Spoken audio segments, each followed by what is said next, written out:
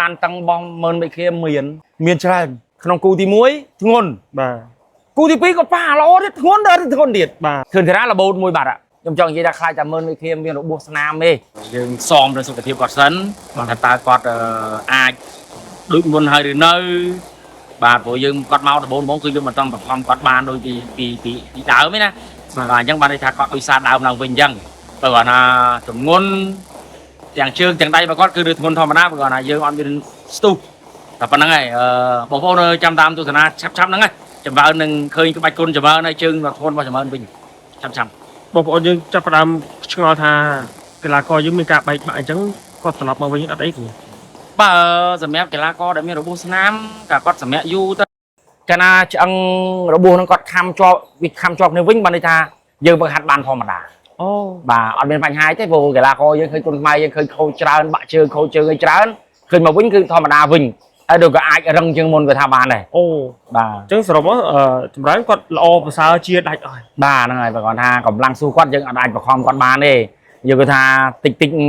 ដើម្បីឲ្យសមនឹងរាងកាយគាត់វិញចាំចាប់ដើមបុកវឹកហាត់នឹងបានឃើញចម្រើនឡើងសៃវៀនសាជាថ្មីសរុបមកគឺគាត់ចាប់ដើមពីថ្នាក់ទី1ឡើងវិញបាទដូចជាថ្នាក់ទី1ឡើងវិញហ្នឹងព្រោះយើងមិនអាចបុកគាត់ដោយកាលពីគាត់នៅអត់ទាន់មានរបួសទេបាទឃើញទេយើងគាត់ថាត្រឹមតែកន្លះខែបំពន់កម្លាំងខែសុខភាពគាត់ឡើងវិញគឺក្នុងអាទិត្យទី4មួយខែក្រោយមកហ្នឹងគឺគាត់អាចបង្ហាញនៅអ្វីដែលបងប្អូនចង់ឃើញហ្នឹងមិញគាត់ហាត់ពីសប្តាហ៍ពីថ្ងៃដែលគ្រូមើលគាត់កន្លងមកហ្នឹងឃើញថាអាវុធអីការភ្លេចបាននៅធ្ងន់ដដែលបើគាត់បាត់អំណត់បាត់ស៊ូគាត់បាទដូចថាយើងបង្ខំអីទៅត្រឹមតែមួយទឹកឬពីរទឹកបានន័យថាកម្លាំងគាត់ថមថយបាទអញ្ចឹងបានន័យថាថ្មីឯងចង់និយាយយើងដូចថ្មីអញ្ចឹងបាទគាត់ថាយើងរំលឹកទៅចាប់ពី3សប្តាហ៍អីទៅ4សប្តាហ៍ហ្នឹងគឺថាឃើញថាបាទស៊ូគាត់ពេញវិញអត់បញ្ហាទេបាទបងប្អូននឹងបានឃើញណាបាទគោមួយរឿងទៀតគោ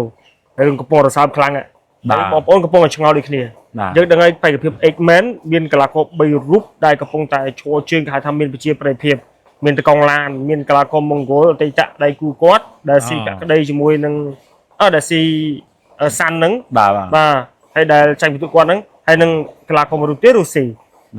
គាត់ឆ្ងល់ចេះតែកីឡាករ3រូបហ្នឹងគឺថាល្អទាំងអស់ហើយចុះបើសិនជាក្នុងថ្ងៃនោះអ្នកទាំង3ឡើងទៅវគ្គផ្ដាច់ព្រាត់ឬពាក់កណ្ដាលផ្ដាច់ព្រាត់ទាំង3នាក់មេឃាឡើងទៅប៉ះទៅគាត់ទាំង3នាក់តើអាចនឹងមានសង្ឃឹមលេង X-Men ហ្នឹងអាចបានកំពុងមាននឹងទៀតអត់ក្នុងវគ្គ X-Men នេះគឺខ្ញុំមើលឃើញថាភាពតានតឹងបងមើលមេឃាមានច្រើនវា50 45តែខ្ញុំគិតថាមេឃាគឺមានសង្ឃឹមភាគរយឡើងគឺតិចបើគាត់ថាយើងសង្ឃឹមបានរហូតដល់55សង្ឃឹមថា45ហ្នឹងគឺបានន័យថាវាកំណត់ទៀបរបស់គាត់ប៉ុន្តែ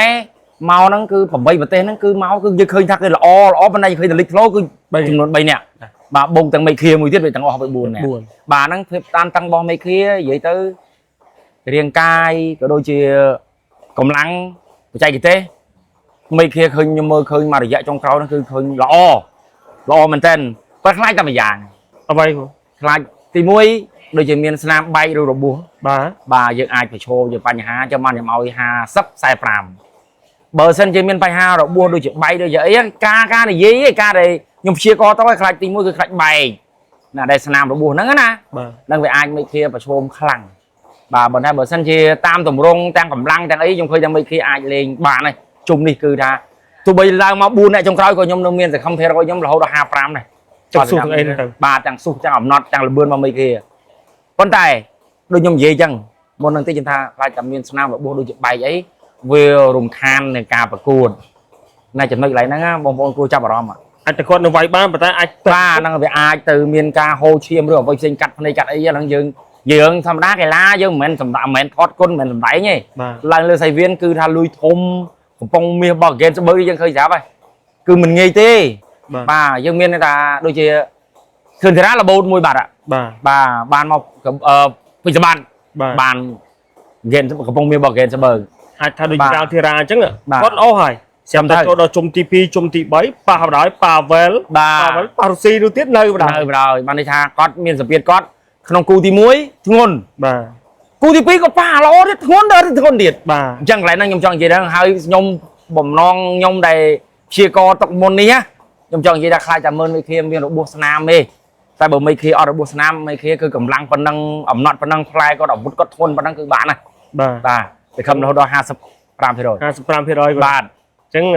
វានៅតែឈ្នះដដែលគ្រាន់ថាវាតិចតួច បាទតិចតួចគ្រាន់តែភាគរយយើងខ្ញុំព្រួយបារម្ភទៅរបួសទេ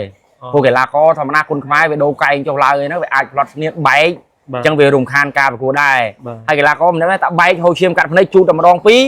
វាមានបញ្ហាសតិអារម្មណ៍បាទបាទជាមួយនឹងគ្រូទី1អាចប្រឈមមុខនឹងគ្រូពេទ្យប្រឈប់ឬក៏អ្វីផ្សេងៗអញ្ចឹងយើងមើលមិនឃើញទេព្រោះកីឡាករយើងមិនមែនរៀបឯកសារថតគុណទេគឺអត់ទេគឺគុណខ្មែរគឺថាឡើងទៅគឺប្រាវហ្មងហើយទៅលុយធំផងបាទបាយគឺបាយហើយបាទហ្នឹងហើយតែបាយគឺបាយហើយយើងអត់មានអាចនិយាយបកក្រោយបានហើយកុំអាតតវាយអីអត់ទេ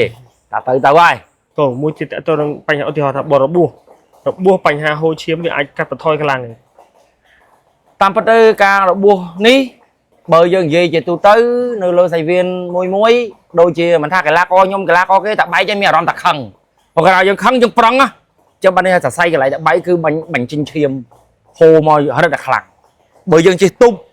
ក្នុងពេលហ្នឹងយើងក៏មកអត់តន់ស្រួលក៏មកអត់តន់បុកស្រួលអីអញ្ចឹងឈាមវាមិនសូវស្រួលចេញមកហ្មងទេហ្នឹងជាចំណុចសំខាន់ដែរណាមួយហ្នឹងណាតែបើថាដល់ទឹកយើងមានដូចជាស្លីសាឡាអត់ដែរកញ្ចក់ទីនអីកមួនបិទទៅវាជារឿងមួយដែលល្អដែរហើយយើងស្រាប់យុទ្ធសាស្ត្រគ្រូសាស្ត្រថ្មីទៅបច្ចេកទេសសាស្ត្រថ្មីទៅយើងដាក់យើងកុំជ្រាវឆាវកុំអីទៅយើងអាចវាយសន្សំយកជាបន្ទុកអីវិញអាហ្នឹងវាអាចទៅរួច